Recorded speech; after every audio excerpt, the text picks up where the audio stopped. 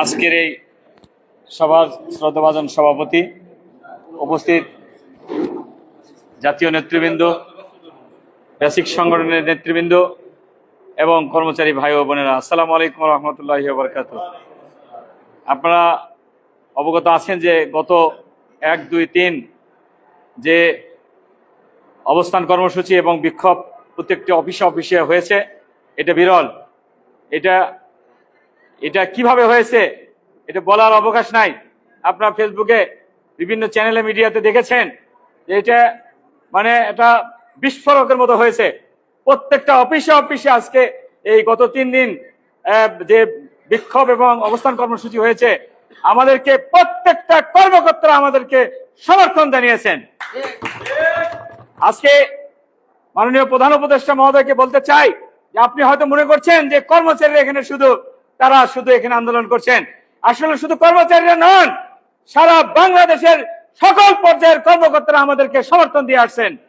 অতএব আপনাকে মনে করতে হবে যে শুধু কর্মচারীরা নয়, এই দাবানল যদি জ্বলতে থাকে, এই দাবানল যদি আরো ফুসে ওঠে, তাহলে আপনার হাত পুড়ে ছাই হয়ে যাবে। এই জন্য আমি কর্মচারীদের পক্ষ থেকে বলতে চাই যে আর কাল বিলম্ব নয়, আর গড়িমসি নয়। আপনাকে যদি সসম্মানে বিদায় হতে হয়, তাহলে অবশ্যই কর্মচারীদের পে স্কেলের গেজেট প্রকাশ করে আপনি বিদায় হবেন। কর্মচারীরা যদি পে স্কেল না পায়, আগামী 6 তারিখে সারা বাংলাদেশ থেকে আপনার অভিমুখে, আপনার বাসভবন অভিমুখে পদযাত্রা করবে এবং যেখানে আপনারা বাধা দিবেন সেখান থেকে কর্মসূচি যতক্ষণ পর্যন্ত গেজেট প্রকাশ না করা হবে ততক্ষণ পর্যন্ত আমাদের আন্দোলন চলবে।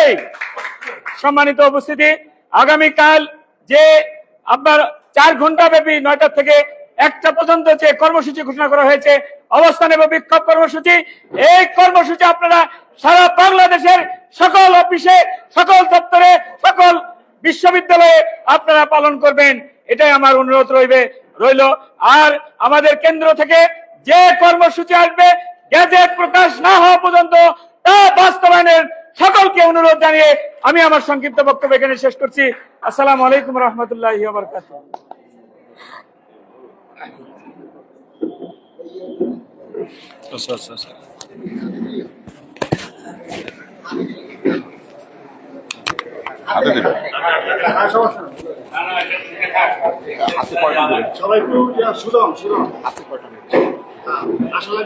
বিসমিল্লাহির রহমানির রহিম। দাবি আদায়ের ঐক্য পরিষদের আজকের এই মত বিনিময় সভায় উপস্থিত নেতৃবৃন্দ, আসসালামু আলাইকুম রহমতুল্লাহ বরকাতুহু। আপনাদের কাছে আমাদের যে সংগঠনগুলো আমরা এখানে সমাবেত হয়েছি, এই সংগঠনের কর্মসূচিটা আমরা একটু শুনি কথাগুলো। সে কর্মসূচিটা কিভাবে বাস্তবায়ন হবে, পে স্কেলের জন্য আমাদের যে প্রচেষ্টা, আজ থেকে 1.5 বছর আমরা অক্লান্ত পরিশ্রম করে সরকারের প্রতি আমরা দাবি জানাই আসছি।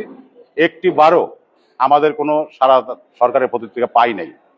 তাই আমাদের কর্মসূচিটা এরকমই হবে যে সেই কর্মসূচিটা গেজেট প্রকাশ না হওয়া পর্যন্ত যতক্ষণ হবে, সেখানে 1 দিনও লাগতে পারে, 2 দিনও লাগতে পারে। এবং আপনাদের সবার মাধ্যমে আমি জানা দিতে চাই যে আমাদের যে প্রশাসনিক যারা কর্মকর্তা আছেন, উচ্চ লেভেলের থেকে একদম নিচ পর্যন্ত 3য় শ্রেণীর কর্মচারী এবং যারা আমার ঊর্ধ্বতম কর্মকর্তারা আছেন, যারা নির্বাচনের অংশগ্রহণ নেবেন, তারা যদি মনে করেন যে আমাদের পে স্কেল দরকার নেই, আমাদের নির্বাচনটা আগে, তাহলে আমাদের কিছু বলার নাই। কিন্তু আমরা যারা নির্বাচনে অংশগ্রহণ, আমরা ইতিমধ্যেই প্রত্যেক অফিসে কিন্তু আমাদের চিঠি দেওয়া হয়েছে যে নির্বাচনে তারা কিভাবে অংশগ্রহণ করবে এবং কোন কোন অফিস থেকে করবে, এটা একটা শখ হয়ে গেছে। ইতিমধ্যে গাড়ি চালক সহ আমাদের ডিউটি বন্টন হয়ে গেছে। তো আমার কথা হচ্ছে যে আমাদের কর্মসূচি বাস্তবায়ন যদি করতে হয়, তাহলে সবাই একমত থাকতে হবে। আগে পে স্কেল বাস্তবায়ন প্রজ্ঞাপন জারি করতে হবে, তারপরে নির্বাচনে অংশগ্রহণ করতে পারবে। আমাদের সুবনগরের ফাঁকি যেটা করা হয় বিগত 6 মাস ধরে আমরা দেখে আসতেছি, আমাদের প্রধান উপদেষ্টা ঠান্ডা মস্তিষ্ক মানুষ, কিন্তু অতএব সে আমাদেরকে অর্থ উপদেষ্টা মহোদয়কে দিয়ে প্রথমে কিন্তু একটা বিভ্রান্তি বক্তব্য দেওয়া হয়েছিল। সরকারি কর্মকর্তা কর্মচারী কিন্তু সজাগ ছিল যে আপনি কেন এই মিথ্যা আশাটা আমাদেরকে দিলেন।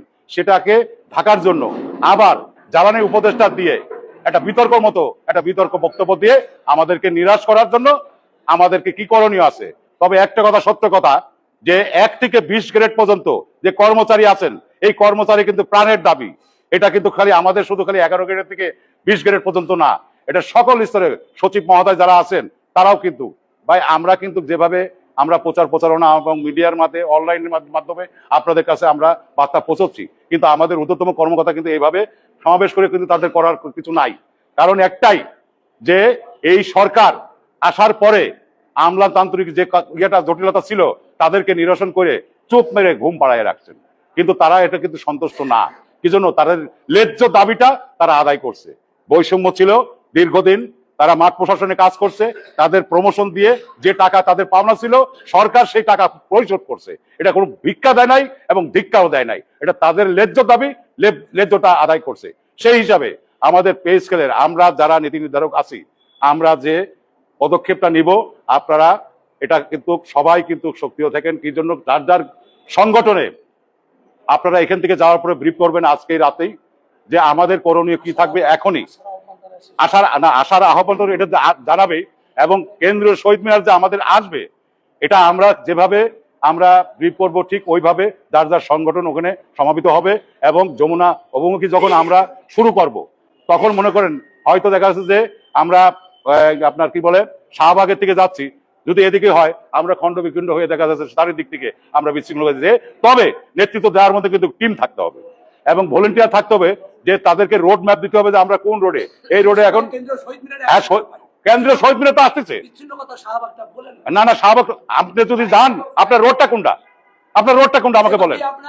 আপনি শহীদ মিনার থেকে যাবেন তো যমুনা যাবেন কোন দিক দিয়ে? আপনার রোডটা কোনটা? যাচ্ছেন তো শাহবাগ দিয়ে, শাহবাগ যাচ্ছেন, সেই কথাটা আমি বলতেছি। আপনি আমি চিনি শাহবাগ দিয়ে কোন রাস্তাতে যাব, আমি শহরের ভিতর দিয়ে যাইতে পারি, আমি জিয়া উদ্যানের ভিতর দিয়ে যাইতে পারি, কিন্তু আমরা যাইতে পারি, কিন্তু যারা মাঠ পর্যায় থেকে আসবে তারা তো রাস্তা চিনবে না। আপনার গাইডলাইন করতে হবে। আপনি কথা যদি উত্তর দেন তাহলে তো হবে না। আমি তো উল্টো প্রশ্ন দিচ্ছি না, আপনার তো উল্টো প্রশ্ন দিচ্ছি না। আপনার যদি তালিয়ে থাকে তাহলে আমি বক্তব্য দেবো না।